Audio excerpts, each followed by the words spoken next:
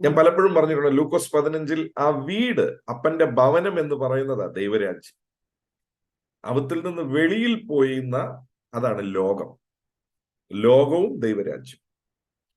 അപ്പം ആ ലോകത്തിന്റെ ഏകദേശം ഒരു എക്കോണമിയുടെ മോഡലാണ് ഈ ഗതിർദേശത്തിലുള്ളത്.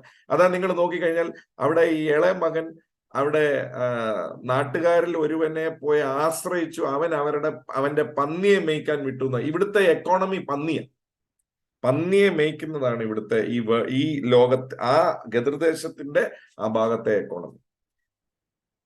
പരിശുദ്ധാത്മാവ് എന്നെ ഒന്ന് രണ്ട് കാര്യങ്ങൾ കാണിച്ച അതിശയകരമായ കാര്യങ്ങൾ നിങ്ങളുടെ മുന്നിൽ കാണിച്ച് ഞാൻ പ്രാർത്ഥിക്കാൻ പോവാം. ലോകം, അതിന്റെ മോഹം ഒന്നും നിലയ്ക്കത്തില്ല.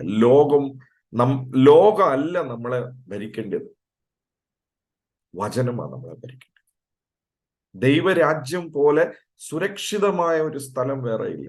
നോക്കിയേ, ഇവിടെ ഈ ഗതിർദേശം എന്ന് പറയുന്ന ലോകത്തിന്റെ ഒരു ക്യാരക്ടറിസ്റ്റിക്, രണ്ട് ക്യാരക്ടറിസ്റ്റിക്സ് നമുക്ക് അവിടെ കാണാം. ഒന്ന്, മർക്കോസ് എഴുതിയ സുവിശേഷം 5:15 വായിച്ചാൽ അവിടെ നമുക്ക് ഇങ്ങനെ കാണാൻ സാധിക്കും.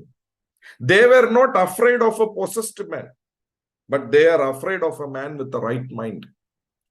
ഈ ലഗിയോൻ ബാധിച്ചവൻ കല്ലറകളിൽ നടന്ന് തന്നെത്താൻ കുത്തി വേദനിപ്പിച്ച് മുറിച്ച് കാറി കൂവി ഒരു മാനസിക രോഗിയായി നടന്നപ്പോൾ ഒന്നും ഇവർക്ക് പേടിയില്ല.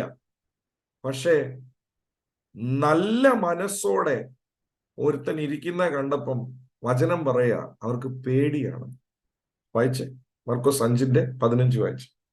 യേശുവിന്റെ അടുക്കൽ വന്നു ലഗിയോൻ ഉണ്ടായിരുന്ന ഭൂതഗ്രസ്തൻ വസ്ത്രം ധരിച്ചും സുബോധം പൂണ്ടും. എന്ന് വെച്ചാൽ ഇവൻ വസ്ത്രം ഇല്ലാത്തപ്പോ ഇവർക്ക് കുഴപ്പമില്ലായിരുന്നു, ഇപ്പൊ ഇവൻ വസ്ത്രം ധരിച്ചു. അടുത്തത്, വസ്ത്രം ധരിച്ചും സുബോധം പൂണ്ടും. സുബോധം ഇല്ലാത്തപ്പോ കുഴപ്പമില്ലായിരുന്നു, ഇപ്പൊ സുബോധം പൂണ്ടു ഇരിക്കുന്നത് കണ്ട് ഭയപ്പെട്ടു. ഈ ലോകം സുബോധം ഇല്ലാത്തവന്മാർക്കും നഗ്നന്മാർക്കുമാണ് കൈതട്ടുന്നത്. സുബോധം ഉള്ളവനെയും വസ്ത്രം ധരിക്കുന്നവനെ ഈ ലോകത്തിന് പേടിയാ. ഈ വസ്ത്രത്തിനൊരു പ്രത്യേകതയുണ്ട്, ഇത് നീതിയുടെ വസ്ത്രമാണ്. നീതിയുടെ വസ്ത്രം ധരിച്ച ഒരുത്തനെ ലോകത്തിന് കണ്ടാ പേടിയാ. സുബോധമുള്ള ഒരുത്തനെ കണ്ടാ ഈ ലോകത്തിന് പേടിയാ. ലോകത്തിന്റെ ക്യാരക്ടറിസ്റ്റിക്കാ. രണ്ടാമത്തെ കാര്യം നോക്കിയേ, they value pigs more than men. ലോകത്തിന്റെ ക്യാരക്ടറാ. പന്നികൾക്കുള്ള വില പോലും അവർക്ക് മനുഷ്യനെ കുറിച്ചില്ല. ഇത്രയും വലിയ അത്ഭുതം നടന്നപ്പോ അവരെന്നാ ചെയ്യണമായിരുന്നു? യേശുവിന് നന്ദി പറയണമായിരുന്നു. യേശുവിനോട് പറയണമായിരുന്നു, എന്റെ യേശുവെ, ഇത്രയും കാലമായിട്ട് ഇതുപോലെ ഒരുത്തനെ ഞങ്ങൾക്ക് ആർക്കും വിടുവിക്കാൻ സാധിച്ചില്ല, നീ വിടുവിച്ചല്ലോ. ഒരു മനുഷ്യന്റെ ജീവനെ നീ രക്ഷിച്ചല്ലോ. ഇല്ല, ലോകം മനുഷ്യ ജീവന് വില കൽപ്പിക്കുന്നില്ല. ലോകം മനുഷ്യന്റെ ആത്മാവിന് വില കൽപ്പിക്കുന്നില്ല. പന്നികൾക്കുള്ള വില പോലും അവര് മനുഷ്യന് നൽകുന്നില്ല. അതുകൊണ്ടാണ് ലൂക്കോസ് 15 ഇളയ മകൻ വിശന്ന് വലഞ്ഞപ്പോൾ പന്നികളുടെ ആഹാരം പോലും അവന് കൊടുത്തില്ല എന്ന് പറഞ്ഞാൽ അവരെ സംബന്ധിച്ച് പന്നിയുടെ ആഹാരത്തിന് വിലയുണ്ട്. അതുപോലും ഒരു ചാകാൻ പോകുന്ന മനുഷ്യന് കൊടുക്കാനായിട്ട് അവര് റെഡിയായില്ല. ഇതാണ് ലോകം. ആ ലോകത്തിന്റെ മോഹവും ആ ലോകത്തിന്റെ കാര്യങ്ങളും ആ ലോകത്തിന്റെ കാര്യങ്ങളെല്ലാം കിട്ടാനും വേണ്ടിയിട്ടുള്ള ഓട്ടം ഉണ്ടല്ലോ, പരാക്രമം. എന്റെ പുറകെ ഓടരുത്. പന്നിക്കുള്ള വില പോലും ലോകം നിങ്ങൾക്കും എനിക്കും തരത്തില്ല. പക്ഷേ ഒരുവൻ ഈ ലോകം മുഴുവൻ ആദായപ്പെടുത്തി തന്റെ ആത്മാവിനെ നഷ്ടപ്പെടുത്തിയാൽ അവൻ എന്ത് പ്രയോജനം എന്ന് പറഞ്ഞ യേശു. 2000 പന്നി പോയതിന് യേശുവിന് കുഴപ്പമില്ല, പക്ഷെ ഓണർമാർക്ക് കുഴപ്പമുണ്ട്. ഒരാളെ രക്ഷിക്കാൻ അത് എത്ര രൂപ ചെലവായാലും എത്ര പൈസ ചെലവായാലും ഒരൊറ്റ വ്യക്തിയുടെ വിടുതലിന് വേണ്ടി ഏതറ്റവും പോകുന്ന ഒരു നല്ല യേശുവിനെയാണ് ഞാൻ പ്രസംഗിക്കുന്നത്. മാത്രമല്ല, യേശുവിനോട് നാട്ടുകാർ പ്രാർത്ഥിച്ചത് എന്താണെന്നറിയാം? മർക്കോസ് 5:16-17 വായിച്ചേ. നാട്ടുകാർ പ്രാർത്ഥിക്കുക. വായിച്ചേ. കണ്ടവർ ഭൂതഗ്രസ്തന് സംഭവിച്ചതും ആ. പന്നികളുടെ കാര്യവും അവരോട് അറിയിച്ചു. ആ.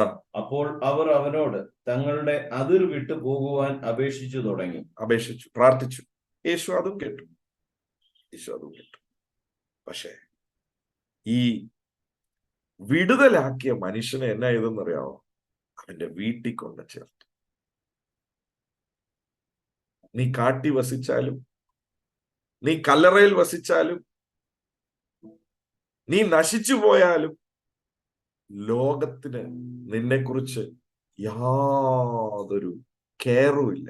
എന്നാൽ യേശു വന്നത് എന്തിനാണെന്നറിയാം? മനുഷ്യനെ അവന്റെ വീടുകളിൽ പാർപ്പിക്കാൻ, മനുഷ്യനെ അവന്റെ വീടുകളിൽ സന്തോഷത്തോടെ പാർപ്പിക്കാൻ. ഈ മനുഷ്യൻ കാലങ്ങളായി വീട് വിട്ടു പോയതാ. മനുഷ്യനെ തിരിച്ചു വീട്ടിലേക്ക് അയച്ചു. ഒറ്റ കാര്യമേ പറഞ്ഞു, എന്റെ വീട്ടിൽ ചെന്ന് എന്റെ വീട്ടുകാരോടും എന്റെ ചാർച്ചക്കാരോടും ഞാൻ നിനക്ക് ചെയ്തത് പറയാവോ? നിങ്ങളുടെ സഹോദരനായി, നിങ്ങളുടെ ഒരു കൂടപ്പിറപ്പായി ഞാനൊരു കാര്യം പറയാം. ഇന്ന് പ്രാർത്ഥിക്കാൻ സമയമില്ല, ഇന്ന് മീറ്റിങ്ങിന് വരാൻ സമയമില്ല, ജോലി തിരക്കാണ്, ബിസിയാണ് എന്ന് പറയുന്നവരോട് ഞാൻ പറയാം, അവസാനം നീ ഏതിന്റെ പുറകെയാണോ പോകുന്നത്, അത് പന്നിയുടെ വില പോലും നിനക്ക് തരത്തില്ല. പക്ഷേ എന്റെ അപ്പൻ പറഞ്ഞു, മുൻപേ അവന്റെ രാജ്യവും നീതിയും അന്വേഷിക്കുന്നവന് ഇതൊക്കെയും കൂടെ ചേർക്കപ്പെടും.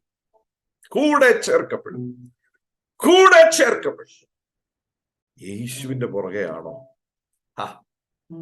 നന്മയും കരുണയും നിന്റെ ആയുഷ്കാലം ഒക്കെയും നിന്നെ പിന്തുടരും. നിങ്ങൾ ജോലിക്ക് പോരുതെന്നല്ല ഞാൻ ഈ പറഞ്ഞതിന്റെ അർത്ഥം.